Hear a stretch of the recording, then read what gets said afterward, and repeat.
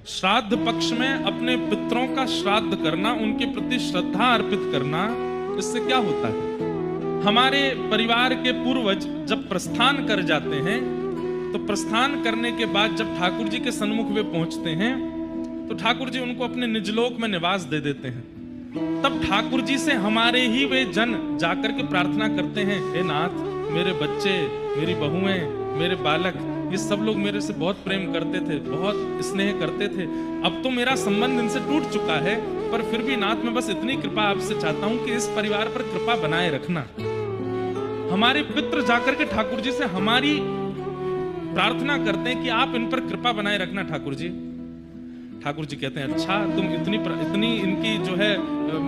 Jack लगा रहे हो तो अपने परिवार के लोगों की, देखते हैं श्राद्ध पक्ष में तुम्हारा श्राद्ध ये लोग कैसे करेंगे। तो जब उसकी श्राद्ध तिथि आती है हमारे पितृ की, और उस दिन जब परिवारी जन कुछ भी विशेष नहीं करते और बिल्कुल अश्रद्धा पूर्वक करते हैं, तब ठाकुर जी मंद मंद मुस्का करके व्यंग कसते हैं, देखो तुम्हारे परिवार के लोग क्या कर रहे हैं, कुछ भी नहीं, श्राद्ध के नाम पर केवल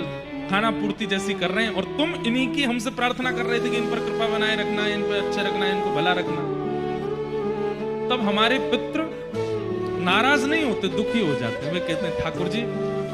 अब तो हमें लगता है कि स्वार्थी थे ये लोग, इनके पास हम रहे, जब तक हम थे तब तक इनका काम था, अब हम आ गए तो अब इनको कोई श्राद्ध का इनके मन में भाव नहीं है, अब हमारा भी इनके प्रति कोई भाव नहीं है, आपको इनके कर्मानुसार जो गति देनी हो वो दीजिएगा, हमारा इसमें कोई योगदान नहीं। इसलिए श्राद्ध पक्ष में हमारे यहाँ आज्ञा की गई कि अपने पितरों का, पूर्वजों का स्मरण किया।